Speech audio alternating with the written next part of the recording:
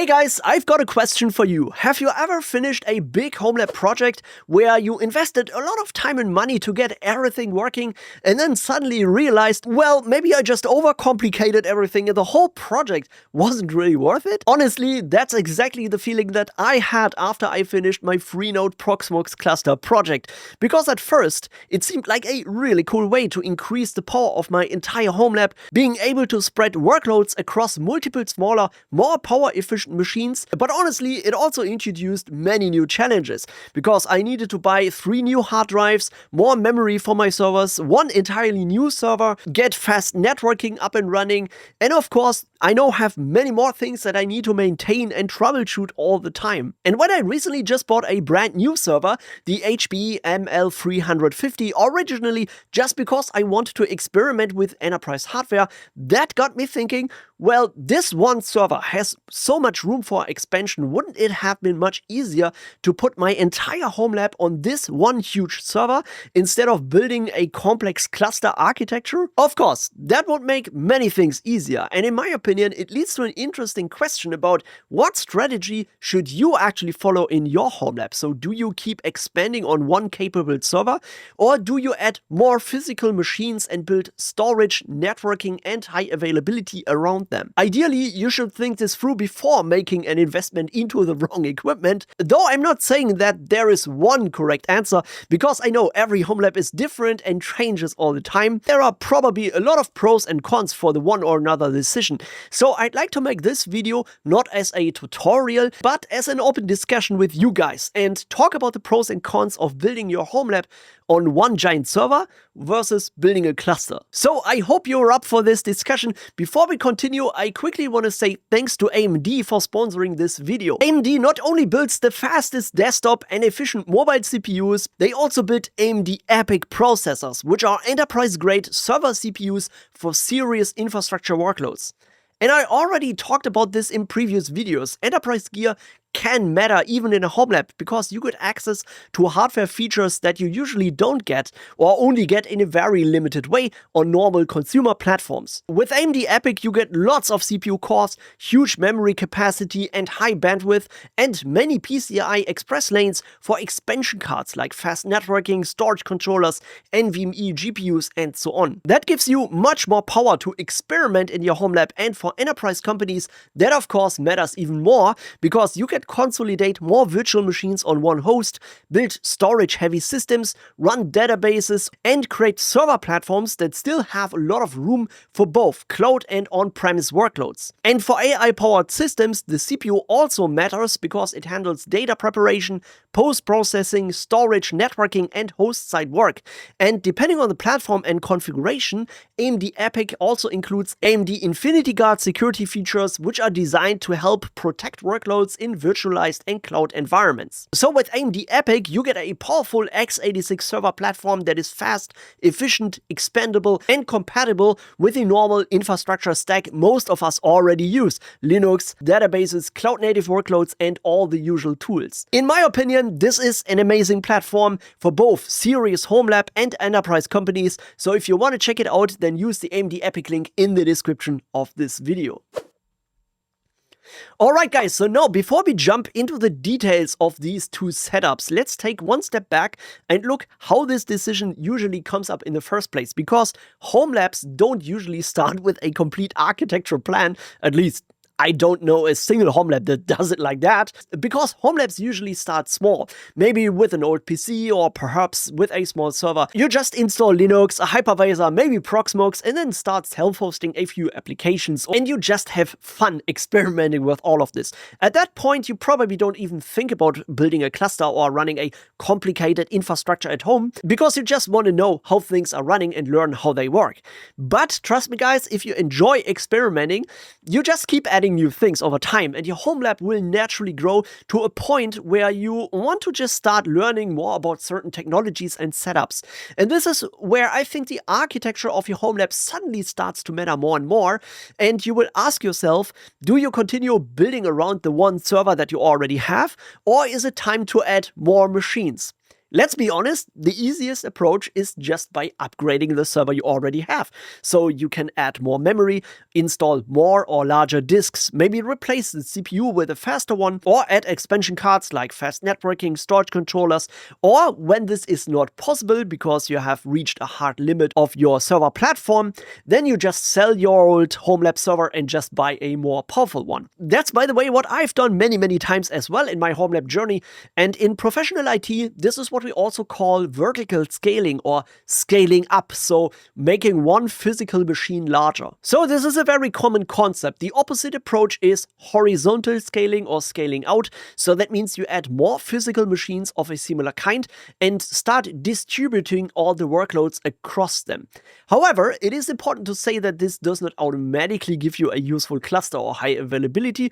Of course, there's a lot more we have to do, and we'll get into this later, but that is also the reason why I think scaling up is often the easiest place to start, because it keeps the architecture much more straightforward. Of course, every server has a hard limit, a fixed number of memory slots, drive bays, PCI lanes, and so on. That's why, in my opinion, a refurbished enterprise server such as the HPE ML350 Gen10 that I'm currently testing in my Homelab, or a similar one, maybe with an AMD EPYC CPU, that is a great choice to run a Homelab, because a powerful enterprise server platform gives you a huge upgrade potential. You have many more memory slots, more drive bays, more PCI lanes, and expansion slots than on normal consumer platforms. You mostly even get a secondary CPU socket. But also, if you don't want to use enterprise servers in your Homelab because maybe they're too noisy or too big, you can still use desktop PCs. That can also be a viable option. For example, I also used desktop PCs a lot in my Homelab in the past. I usually put them in a rack server case, but this was still a normal consumer platform. And I think this offers a great balance between a lower initial investment, more power efficiency, and still having some room for upgrades, such as adding more or bigger memory modules, add more storage drives, or additional expansion cards. And I think increasing the resources of one host in your Homelab infrastructure has one huge advantage over multiple machines. Because while a cluster may have more CPU and memory in total, a single workload, like a virtual machine for example, normally cannot combine the resources from several nodes, so it still has to fit in one of them. And if the workload needs a lot of CPU and memory consolidated in one place, then one big server can actually be much easier. By the way, I think this also doesn't mean that you give up learning and experimentation potential if you're building your Homelab around a single server. That is an argument I hear all the time, but I believe you can still use virtualization and containerization to build many cool and exciting projects and setups. Just take a look at my Docker and Kubernetes videos that I have built completely on virtual machines. Or if you're into networking, you can make your hypervisor VLAN aware and experiment with network segmentation, building complete network structures by just using your virtual machines, or install a firewall like OpenSense on a VM. There are many technologies and scenarios you can actually build and get hands-on experience by just running them virtualized on a single server. And you can even make parts of this setup fault tolerant. Storage is a great example. Like, you can combine multiple drives into a hardware or software RAID, a separate storage server as a virtual machine, which I've, by the way, done multiple times, and that always works great without any problems. And if you're using an enterprise server platform, you usually also have ECC memory, redundant power supplies, and multiple network interfaces all in one place. So as you can see, a single server design is not automatically a cheap or limited Homelab. You can really build almost everything on a single machine, and it can be a smart choice because it gives you one straightforward platform for all of your projects you actually care about, like running self-hosted services and building learning setups with virtual machines, containers, and virtual networks. So you can actually spend more time on those interesting projects and less time just keeping the Homelab infrastructure itself running. And if you'd ask me now, after doing all of these huge projects in my Homelab, like building the Proxmox cluster, getting 3 new drives, a new managed switch with 10 gigabits, or building a separate storage server, I sometimes wonder if I really need all of this. Maybe I could have saved myself a lot of money and headache by just building my Homelab around one big server from the start. But there are still a few small things that I don't regret, because here's the thing, it would have still been just one server. So So if anything happens to that machine, perhaps a hardware failure or simply a required reboot that you need to do, then every workload running on this machine is affected at the same time. In professional IT, you could also describe this as a single point of failure. And of course, just like I said, you can have many redundancies inside a single server as well, like a virtual backup server, redundant workloads on containers, but everything still shares the same motherboard, power supply, storage hardware, and hypervisor. However, I also want to be fair here. We are still talking about a home lab, not about a company production environment, at least in my case. So in my opinion, when people talk about high availability in home labs, I think you do not need to solve an availability problem you actually do not have. That means if you plan a reboot on a Sunday or your server is unavailable for a few hours, in a home lab that might be completely fine. For example, in my home lab, nothing really needs 24/7 availability, let's be honest. But of course, it can still be a lot of headache if you have to repair or replace components when everything is running on a single server, or if you need to do an update and reboot your host operating system, then you also need to reboot all of your virtual machines and restart your containers. That's of course always a good argument for building a home lab cluster. So instead of running everything on one single machine, scaling out or do horizontal scaling. But here's the point. The reason why I built my Proxmox cluster in the first place was not because I necessarily needed high availability. As I said, it is still a home lab. I mainly built it because I wanted separate physical nodes and get hands-on experience with technologies like Quorum, shared storage, and doing live migration, because you can virtualize many learning and experimental setups on one server, but underneath they still share the same physical hardware. And you're not actually seeing the full picture or not running in the same challenges and problems as with a cluster. This is really the key difference. With building a home lab cluster, maintaining the infrastructure itself becomes a project. So you need to set up Proxmox HA, maybe set up shared storage with Ceph, doing migrations, monitoring, and dealing with all of the problems and failures. And also the reason why I recently rebuilt my original 2-node Proxmox cluster. For those of you who have not followed this project, I originally had a small Q device as a third vote machine on a small Zima board. So in my Proxmox cluster, I just needed 2 physical servers, but because I wanted to learn how to run and maintain a real 3-node Proxmox cluster, I removed it, and now I have 3 independent physical servers that allowed me to build a Ceph storage cluster as well. And this was honestly such a cool and exciting project because Ceph works completely different from maintaining local storage I had used before. Because instead of keeping the complete VM disk on one single drive, Ceph breaks the data into objects and distributes the replicas across the cluster. So in my setup, each NVMe drive is one OSD, and Ceph tries to keep 3 replicas of every object across the 3 physical nodes. And this is where the biggest advantage of running a cluster becomes visible, because now I have multiple points of failure, and the VM disk is no longer tied to one single machine. I can easily do live migration, move a running VM from one node to another. Proxmox only needs to transfer the active memory and the runtime state, and a sudden node failure works differently as well. Like if anything happens to one of my home lab servers, maybe an internal NVMe is gone or another hardware failure occurs, the virtual machines on that machine would stop working, yes, but if the cluster still has quorum, so the majority of servers are still online and available, Proxmox can restart the most critical virtual machines on another one of these nodes. And my home lab workloads can keep running completely while I recover or replace a failed server or rebooting and updating, and I do not even have to restore anything from a backup. In my opinion, this is a huge plus. So the cluster is not only an amazing learning project where I can get hands-on experience, it also gives you real operational value because you can maintain or even replace one node without taking the complete platform offline. So even if I eventually decide to shut down the Proxmox cluster and put everything on one giant server, which might be the more straightforward option for a home lab, I think building the cluster was not a complete waste of time. And besides the learning experience and availability benefits, a cluster also gives you a very flexible way to grow your home lab. Like if you need more compute or storage later, where you would hit a hard limit with one physical server, instead with a cluster, you do not have to replace or upgrade anything. You can just add more nodes and expand your home lab step by step.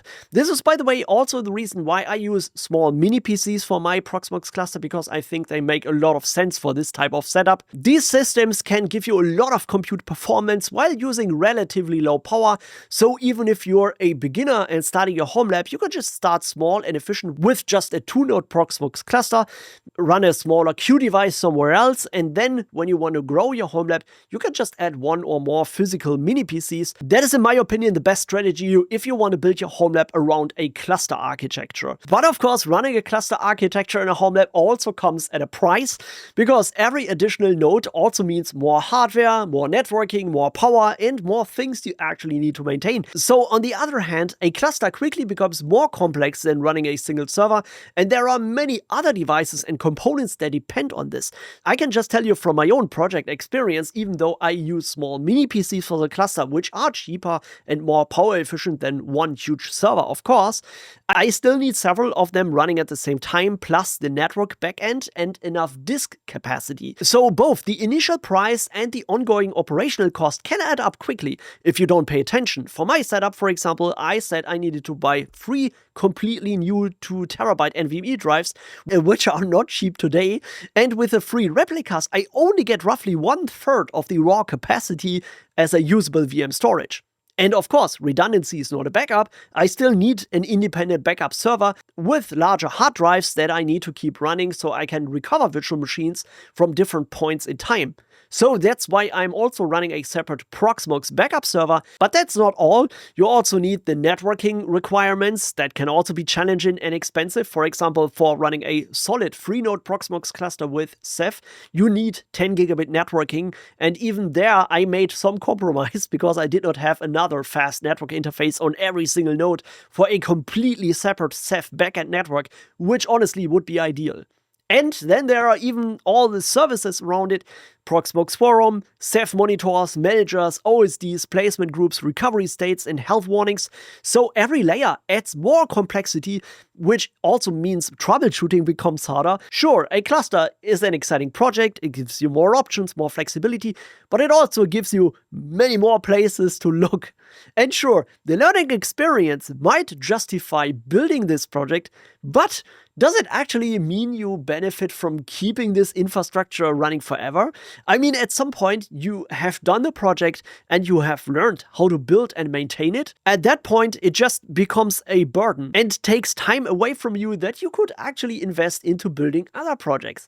So if I'd summarize both setups in a direct comparison with a general recommendation for you guys, I think both setups have their pros and cons, and I think it depends a lot on what you actually prioritize more in your home lab. So if you want the simplest way to grow, maybe you have specific workloads that need a lot of CPU cores and memory together on the same host, and your learning goals are more around virtual machines, containers, maybe virtual networking and more the software side of things, and you're just okay with having internal redundancies, backups, and occasionally longer maintenance windows are okay because you want to spend your time more on projects than actually maintaining the infrastructure itself, and then I think it is a better strategy to build your home lab around one huge giant server and just run everything on this one big machine. But instead, if you want to grow your home lab step by step by just adding more nodes at the time when you need them, and you want independent physical failure domains and storage across the nodes,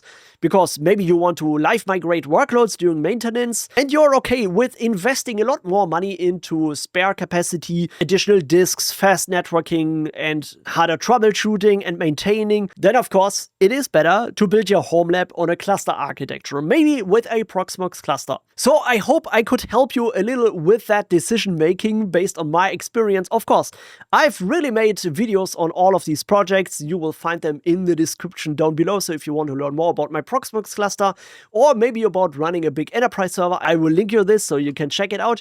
I just want to say at the end what I have learned from making all of these videos and building all these projects: that you should not start building something just because it looks impressive in the server rack.